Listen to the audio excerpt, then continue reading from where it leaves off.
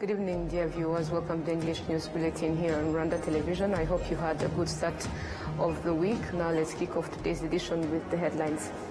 Global health experts call for increased domestic funding in HIV fighting amid declining international support. Major curriculum reforms announced for upper secondary schools to start in 2025. On the international scene, excavation underway at the former Irish institution suspected of mass baby barriers.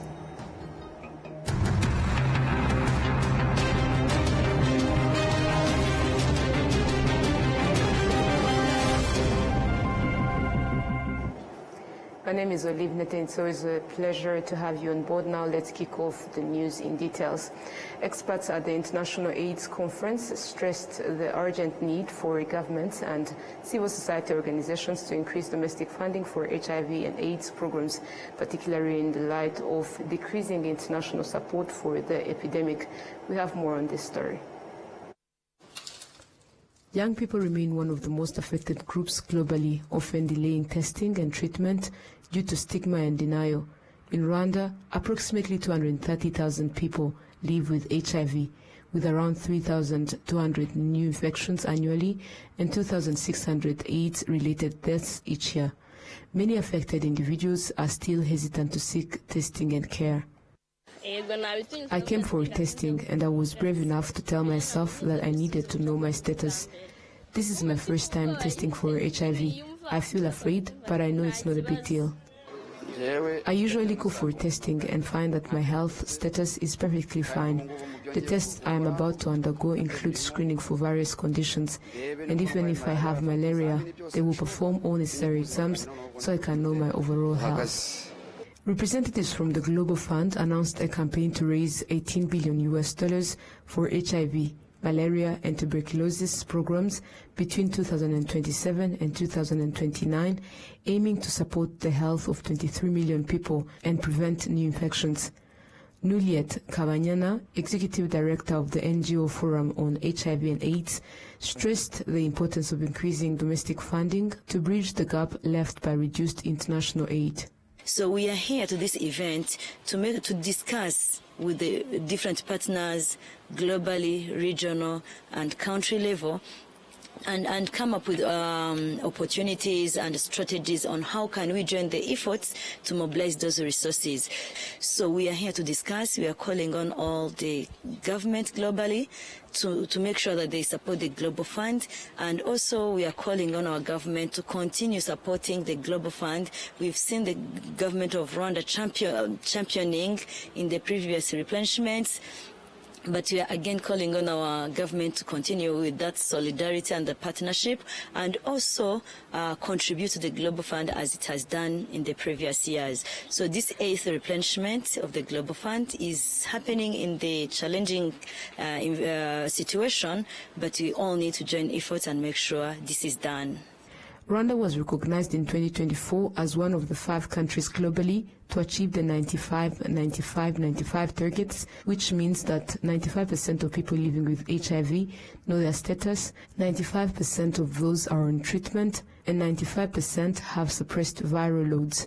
The country's HIV prevalence stands at 2.7% among people aged 15 years to 49 years and 0.5% among children aged from 0 to 14 years. Additionally, 99% of pregnant women with HIV receive support to give birth to HIV-free babies.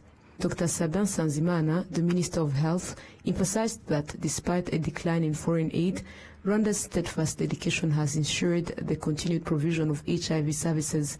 He remains hopeful that these efforts will sustain progress and improve outcomes moving forward. So things have improved. Those young people were born protected from this infection that time, and now they have their own children. These are real examples of why we're here as humans and what we've contributed to. So we can even draw more commitments towards the future, how this will look like. Because there are many challenges, as have been outlined before, from financing, from still stigma from access to the best medications, the best treatment. I think you're talking about long-acting treatments and how we work together as communities. But what is important is hope.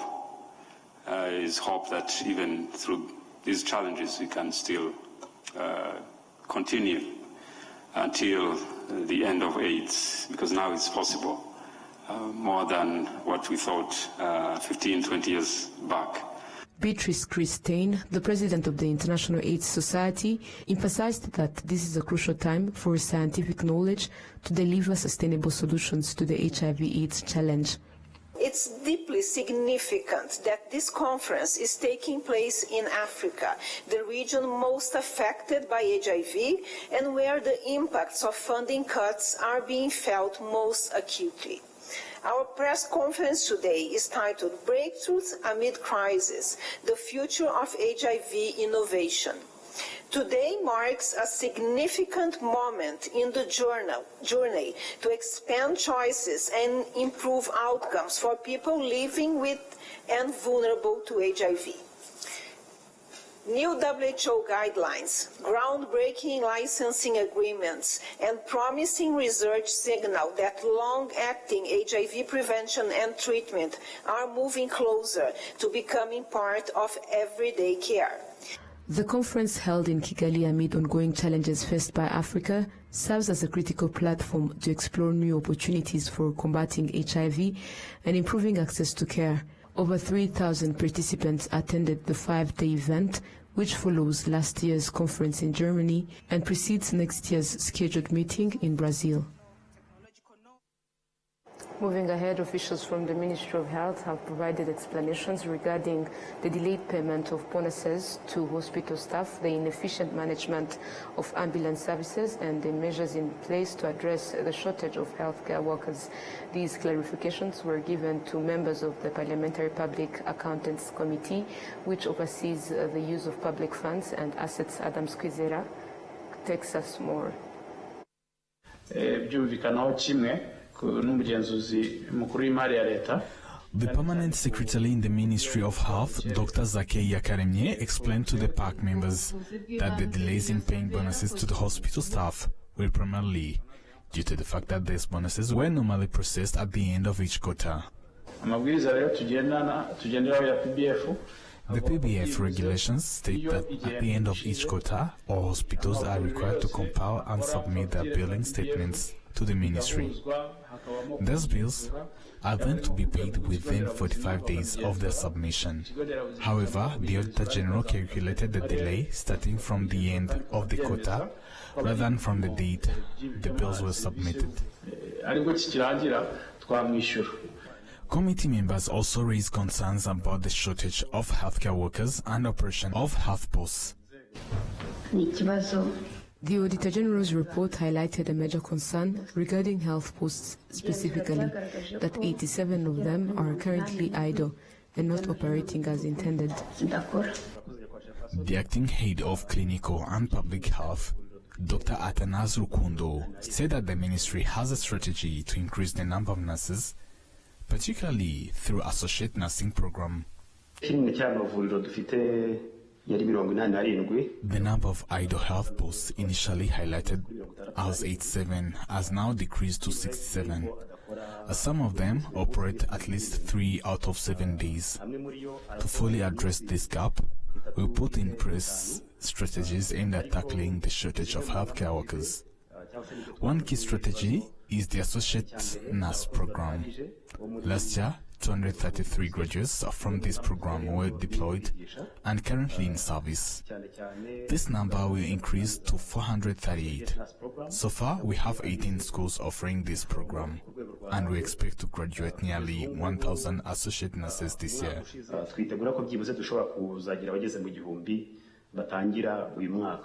Regarding challenges in ambulance service management, the Ministry of Health said that it is implementing a centralized system for hospitals and health centers across the country to improve the coordination and delivery of emergency transport services. Adam Squizera, RTV News. Still on the Rwandan health sector, at King Faisal Hospital, a new non-surgical weight loss method known as the gastric balloon is now available to help individuals struggling with severe obesity. The procedure involves placing a small balloon into the stomach through the mouth, a quick, minimally invasive process. Dr. Rede Berhan, physician at the King Faisal Hospital, explains how the procedure is performed and its duration. Gastric balloon is one of the methods medically for management of obesity. We call it obesity weight management. There are different methods: medical, endoscopically, surgically. So this is endoscopically, which we put a balloon inside the stomach. We fill it with water, and it occupies a space in the stomach. So the patient feel fullness as if he eat his meal. So by that mechanism, the patient cannot eat more because of the information the stomach sends to the brain. It says now the patient will stop eating the usual amount of or portion of the food. So it decreases because there is no space. There is a mechanism which sends a message by the level of distension of the stomach. So that creates a false information that the patient is full, so the patient will not eat the normal portion. He eats a decreased portion, so the decreased portion gradually leads to the weight reduction. Safe? It's very safe. It's a 15 minutes procedure. One of the advantage of the balloon, you can remove it anytime when you feel uncomfortable. It's reversible, and it doesn't involve in other metabolic activities. It just go to the stomach and occupy space and prevent the patient, sorry to say patient, the patient not to eat much. That is the only thing. And there are some known side effects which are very easily manageable, and as I told you, it's reversible. Anytime when the patient doesn't need it, it can be removed, and there is no any anatomical alteration. It is the same GI tract before and after. There is no much eligible criteria. Anybody who wants to lose weight, first he has to be obese. Obese. But no, it's not, the weight management, as I told you, there are a lot of type of weight management systems. Some people advise diet, some people take medication, some people do endoscopy, some people do surgery for weight management. This one, as I told you, it is just by putting the balloon in the stomach. So the weight reduction maximum, it is up to 15 to 17% of the body weight. That means, for example, if you are weighing, your weight is 100, in 6 months times you can lose up to 10 kilograms. Okay, 10 to 15 kilograms. So if you are 100, you will be in 6 months times around 85 kilograms. But when you do another additional things, for example, if you are very diet conscious, you do exercise, you can lose more weight with the balloon also. But the balloon itself, it's up to 10-15% of the body weight. Previously, patients had to travel abroad to access this treatment. Now, with this, its availability in Rwanda, many will benefit without having to leave the country, as Dr. Berhan also explains. First of all, any person who wants to put a balloon, gastric balloon, he has to be examined properly. He has to do some medical checkups here in King Faisal or in other hospitals also. What we need is always weight management. It's not belongs to one specialty only. Okay. For example, maybe there is some metabolic disorders or some condition, health condition, which are leading to the weight gain. So we have to be clear of that. We have to do some investigations. The patient should see the nutritionist, the endocrinologist, the gastroenterologist, and after all consideration and discussion, then we choose the patient, what kind of, we advise him, if this method will help him or not. So when we discussed, we will find out, okay, we give him some options, diet, medication, blah, blah. So when he said, okay, let me try with balloon, most of the time the people, they tried it as a first step, because I told you it is reversible. Okay? When you want to do surgery, still you can do it. When you want to continue with diet, even you can continue with that diet. When you want to do medication, you can do medication. If you do surgery, it is already done. It is rejected and gone. So this one is reversible. So people may try. They can try it. If it works for them, then they can go with it. As far as I know, there are people here which we are following.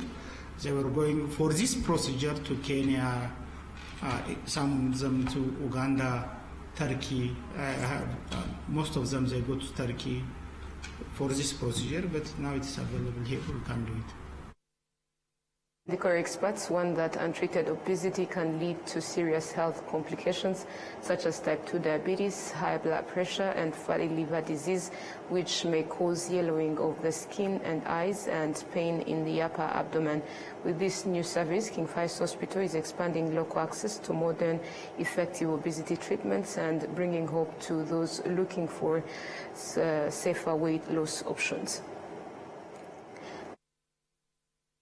Basic Education Board has announced that reforms introducing new subject streams in the upper secondary level will take effect starting in the 2025-2026 academic year.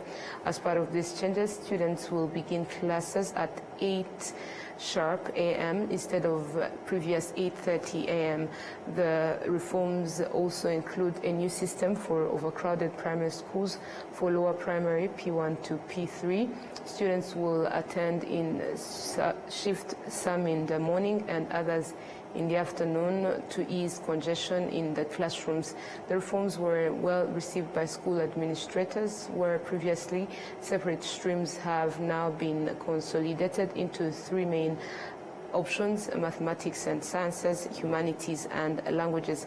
As part of these changes at the upper secondary school level, senior 4 to senior 6, it is planned that each school will have at least two of these streams. This will also allow teachers to be deployed to schools that offer subjects related to their areas of expertise.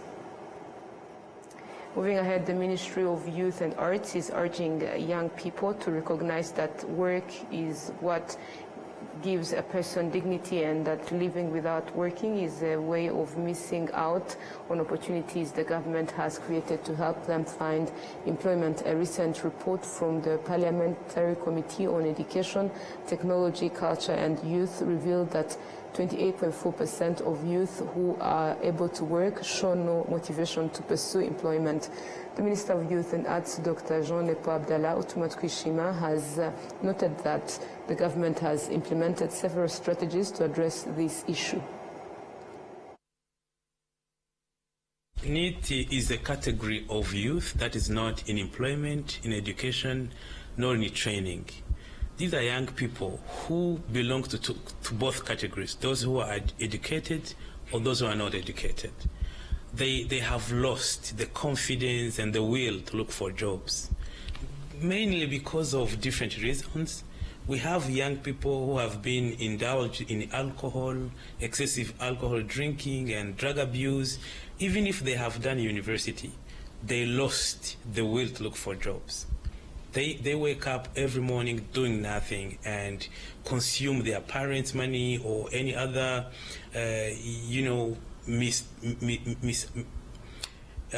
misactivities. But these young people also have skills mismatch. We have young people who have completed secondary schools thinking that they would transit directly to university. They didn't get a chance to go to university or a chance to have a job, and then they lost the will to look for a job. So what the government is doing is to make sure that every Rwandan gets something to do, a decent job. Between 2024 and 2029, we aim to create 250,000 jobs every year. So we make sure that every Rwandan who is productive gets a decent work. For the youth, we have different programs. The first one is reskilling. Those young people who have done secondary schools but who are not able to go to university and who can't work, they can get technical education, technical skill. They can even get second chance training to get technical and vocational skills that can help them to get a job. For those in universities, we want them to feel, again, important, to join our youth centers, to learn new skills in IT, in computer skills, but also technical work that can help them get a job. What I can advise the young people, having a job, having a decent job, or even doing continuous training, it gives them dignity. So doing nothing, being in a neat category while you have the opportunities to study, the opportunities to look for a job in this country, give them, so if you look for a job, if you look for opportunity to learn, it increases your dignity in the community. So it doesn't make any sense being a young person today, you will not be a young person forever. So you need to have something to do for you, for your family, but also when you grow up, you will have something to give you value in the community. According to the ministry, Rwanda is currently home to approximately 4 million young people. A report by the Parliamentary Committee indicates that the implementation of the September 2015 National Youth Policy gave priority to job creation for youth, achieving the goal of at a rate of 85%.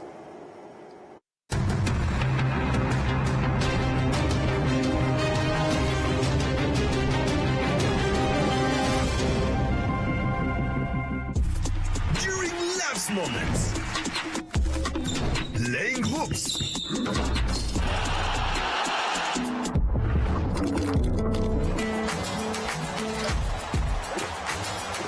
Giving away.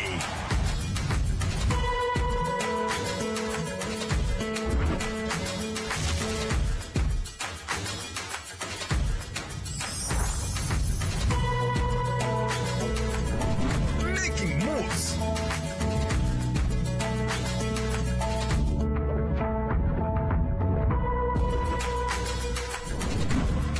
Breakfast with family. Inyanje is always there. Whatever the occasion, whatever the moment, always ask for Inyanje. Nyiri muto arababwiraga data bati ntabwo wagira umukamo mwinshi utunze inka imwe, ariko nigeze acika intege. Mama akinjira mu bucuruzi hari abamubwiraga bati ntabwo watera imbere udakorera mu iduka rigezweho, ariko ntibyamusubije inyuma, yakoranaga umwete. Njya muri kaminuza hari abanshidikanyagaho bavuga ko ntashobora kaminuza naturuka mu muryango wifashije, ariko byarangiye nanditse amateka mashya. Igihe cyo gutera ishema umuryango wanjye kigeze, bamwe bakomeje kumbwira bati ntabwo watera umuryango wawe ibyishimo n'ishema, ariko narabishoboye. Hari abakekaga ko nasigira umurage ukomeye abankomokaho, ariko ubu mfite uruganda rutunganya amata. Banki ya Kigali yabaye umufatanyabikorwa wanjye mu rugendo rwose, inzozi zanjye zibimamo. Bigereho.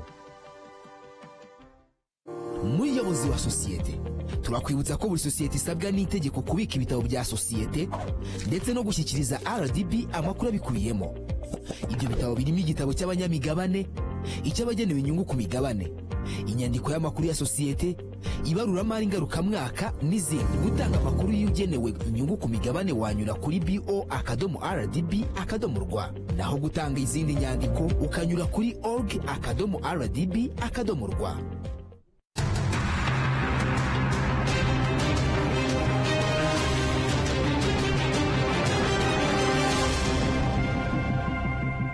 You're still watching RTV News. Now to matters making headlines globally.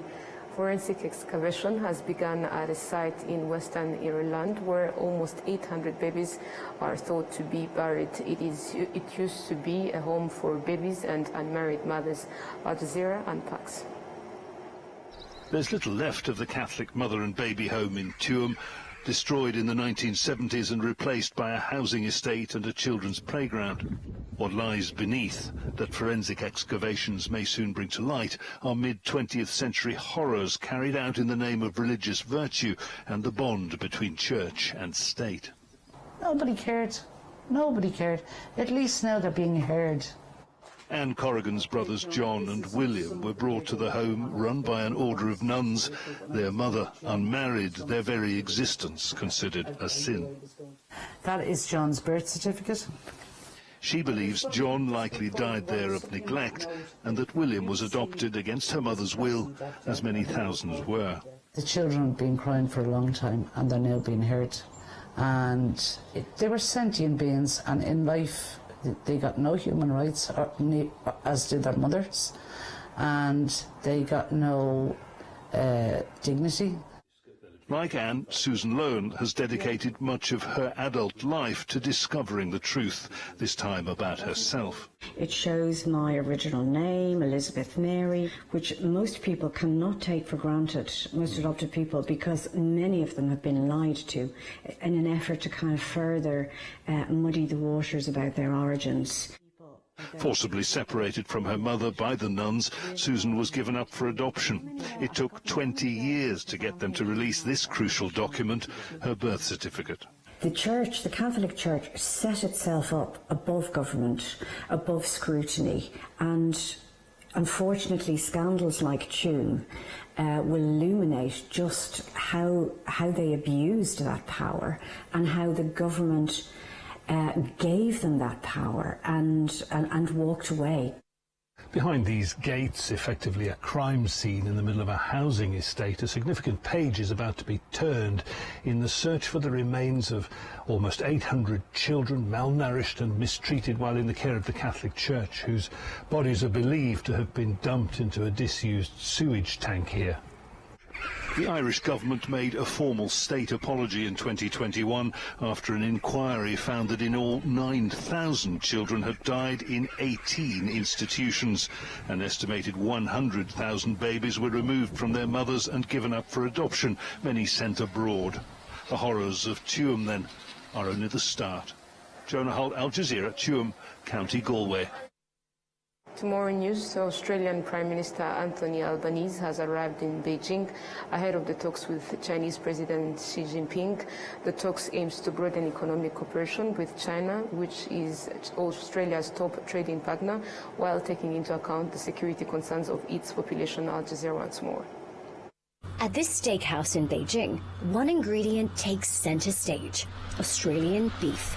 Imports to China have surged this year by about 30% compared to 2024. In China, we can only get like either Australian or American beef. But after like some research and like getting some feedback from customers, we stick with the Australian one. Yeah, because of its texture. Texture is more tender. Washington's trade war with Beijing has impacted American supplies, adding to the appeal of Australian imports that are known in China for their high quality. It's this reputation that Australian Prime Minister Anthony Albanese wants to capitalise on during his 6-day visit to China. 1 in 4 of Australian jobs depends upon our trade, and around about 25% of our exports go to one destination, China. While in Shanghai, the Australian leader launched a tourism campaign aimed at attracting Chinese travellers. Trade between their countries spans agriculture to education, but Australia's primary export is iron ore that helps fuel China's vast steel sector. That trade, however, is threatened by Beijing's push to clean up the industry and use so-called green steel. I think what we'll see is some more clarity around the future of steel and iron, and that's particularly also looking at the delegation that is accompanying Albanese in China. There seems to be a very strong focus around these natural resources. Chinese investment in Australia has been restricted by national security concerns that are shared by its most important defence ally, the United States. Washington and Canberra are both wary of China's growing influence in the Asia-Pacific.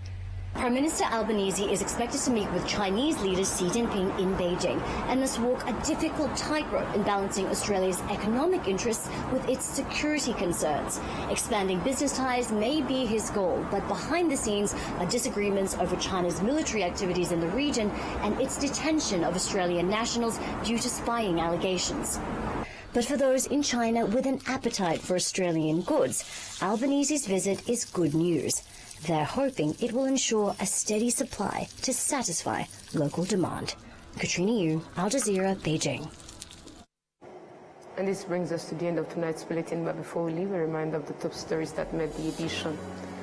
Global health experts call for increased domestic funding in HIV fight amid declining international support. The Ministry of Education has announced major curriculum reforms for upper secondary schools to start in 2025. On the international scene, excavation underway at the former Irish institution suspected of mass baby burials.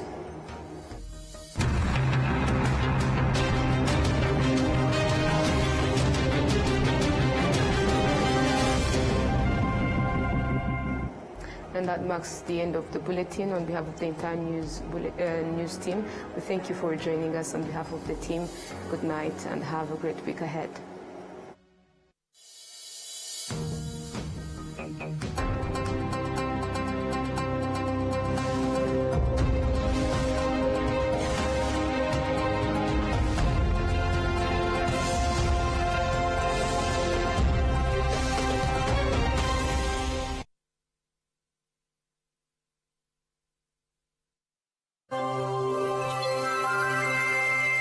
tubahe ikaze ku mwanya w'iteganyagihe mutegurirwa na Meteo Rwanda mugiye kurigezwaho na Francine Musanganire kuri tariki ya 14 Nyakanga 2020.